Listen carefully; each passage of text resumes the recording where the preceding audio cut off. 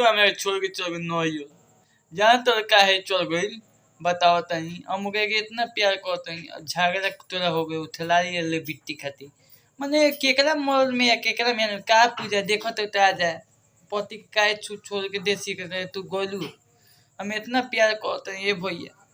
हमारे छोड़ के नहियो चल गई हम कौन हम अपन दोस्त यार के बताई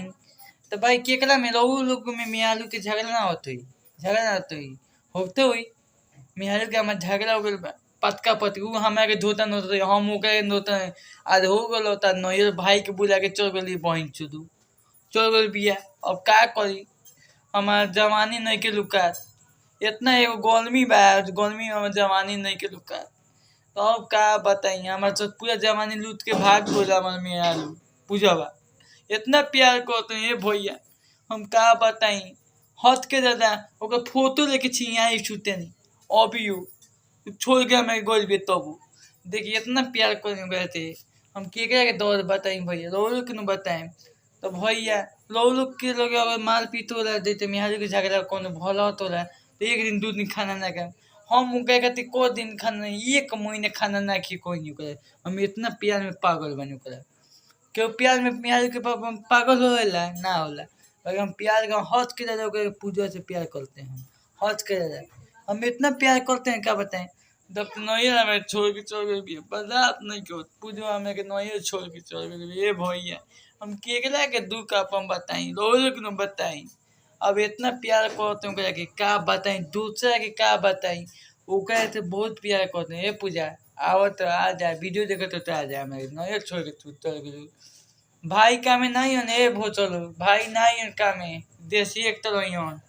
ए पूजा दिल्ली देसी एक तो ताव काहे खींचे न तो मान जाए तेरे के तो मेरे को लॉलीपॉप ले बनी कौलिया करेला पालप लॉलीपॉप लागेलू तो लॉलीपॉप चबबू ताव ते लॉलीपॉप चबाए पूजा और मान जाए घरे आ जाए चुप हो जा न तो हमारे बबनी न तो चुप हो जा हमारे जान चुप हो जा पूजा काहे तू रोत तू हमें वीडियो कॉल फोन कर तू हमें झगड़े को लोम ना है तुम्हें हम झगड़ा ना की कोई हम प्यार में थोड़ा से हंसी में देखोगे तो तू हमें के धोते ना हम तारा के नोच लें तो बच्चा छोट कर अभी आधा मानता है आ ना ही बुनू तो ना ही तो देख लियो आज की आखिरी रात तो हमार देख लिए वीडियो में हम फौजी लगा रहे नहीं बुतो अभी नू तो कमेंट में बताओ जल्दी हम आ रहे हैं हम घर तो भाई लोग ये हंसी के लिए वीडियो बनाए और आप एंटरटेनमेंट करने के लिए वीडियो बनाए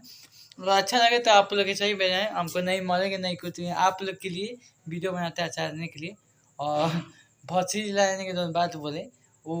आप लोग हटाने के लिए बोले ठीक है और वीडियो अच्छा लगे तो वीडियो लाइक कीजिए और ये वीडियो कैसा लगा मियालू छोड़ के भाग बोल दिया कि मेरी वीडियो बनी ये कैसा वीडियो लगा अगर अच्छा लगे तो वीडियो लाइक कीजिए ऐसा ही आपको ऐसा ही वीडियो एंटरटेनमेंट करने के लिए बनाएंगे।